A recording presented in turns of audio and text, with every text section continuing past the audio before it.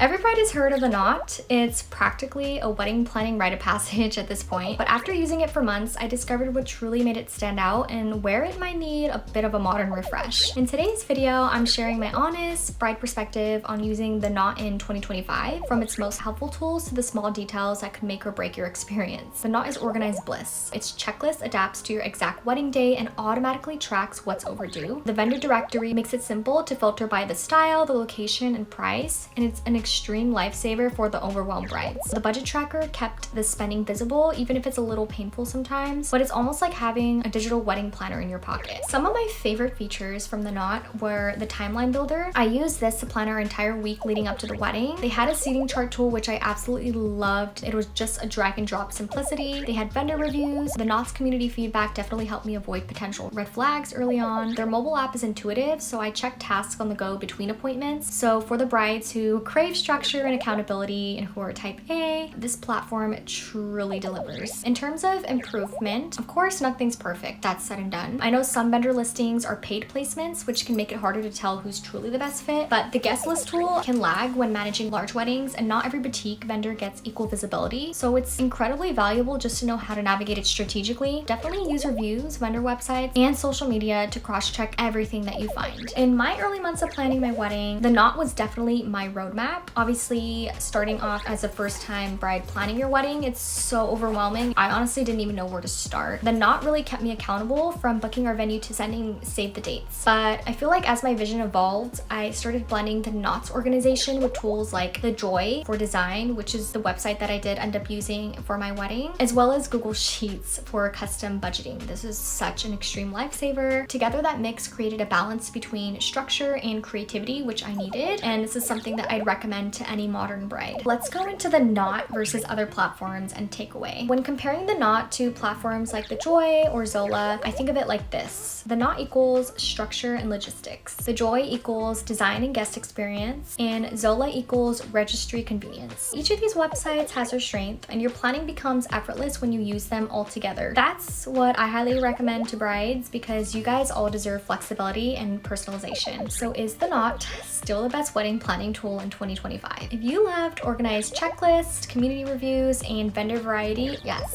it's a staple for a reason. But if you're using it for your wedding, I would love to know. Please comment down below and tell me your favorite feature of this website. And for the knot team, if you're ever looking to collaborate with real brides who love helping others plan beautifully, hi, I'm Ashley. And don't forget to subscribe for next week's episode of From Ring to I Do, where we're going to be comparing all three major wedding websites side by side, and I'm going to be revealing to you guys which one truly deserves the top spot. Stay tuned for that, and until next time, love you guys.